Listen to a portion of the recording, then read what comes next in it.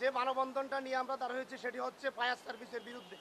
Fire service civil defence নামে তাদের যে সমিতির একটি রয়েছে, সেইখানে তারা কল্যাণ তহবিল নাম দিয়ে কতগুলা জায়গা অবৈধভাবে দখল করে নিয়েছে।